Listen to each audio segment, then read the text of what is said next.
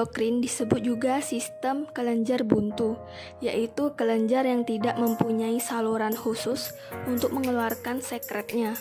Sekret dari kelenjar endokrin disebut hormon. Hormon artinya membangkitkan. Hormon berperan dalam mengatur berbagai aktivitas dalam tubuh hewan, antara lain aktivitas pertumbuhan, reproduksi, osmoregulasi, pencernaan, dan integrasi serta koordinasi tubuh. Sel-sel penyusun endokrin dapat dibedakan menjadi dua, yaitu yang pertama adalah sel neurosekretori, merupakan sel yang berbentuk seperti sel saraf, tetapi berfungsi sebagai penghasil hormon. Yang kedua yaitu sel endokrin sejati, yang merupakan sel endokrin yang benar-benar berfungsi sebagai penghasil hormon dan tidak memiliki bentuk seperti sel saraf. Hormon pada invertebrata berfungsi untuk mengatur penyebaran kromatofor, molting atau pergantian kulit, pertumbuhan, reproduksi secara seksual, dan perkembangan.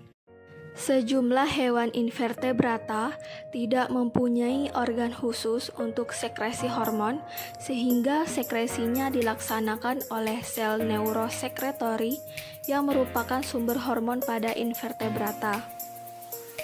Pada Annelida tidak terdapat kelenjar endokrin, tetapi mekanisme neurosekresi mengatur pertumbuhan dan reproduksi.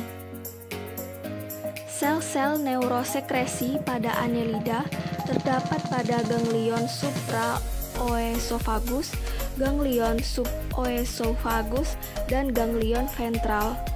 Neurohormon pada cacing tanah banyak diselidiki. Peran neurohormon pada Annelida ialah berfungsi sebagai yang pertama, tumbuh dan regenerasi.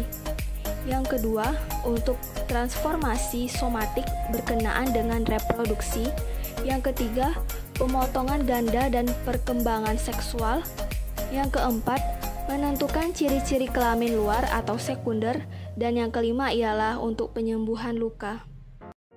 Sel-sel neurosekretori di dalam ganglion pada cacing tanah merupakan sumber sekresi yang mengatur pemeliharaan sifat kelamin eksterna, misalnya klitelum, dan diferensiasi gamet. Neurohormon tersebut mempengaruhi hambatan terhadap pemasakan gonad dan terlibat dalam proses peletakan telur.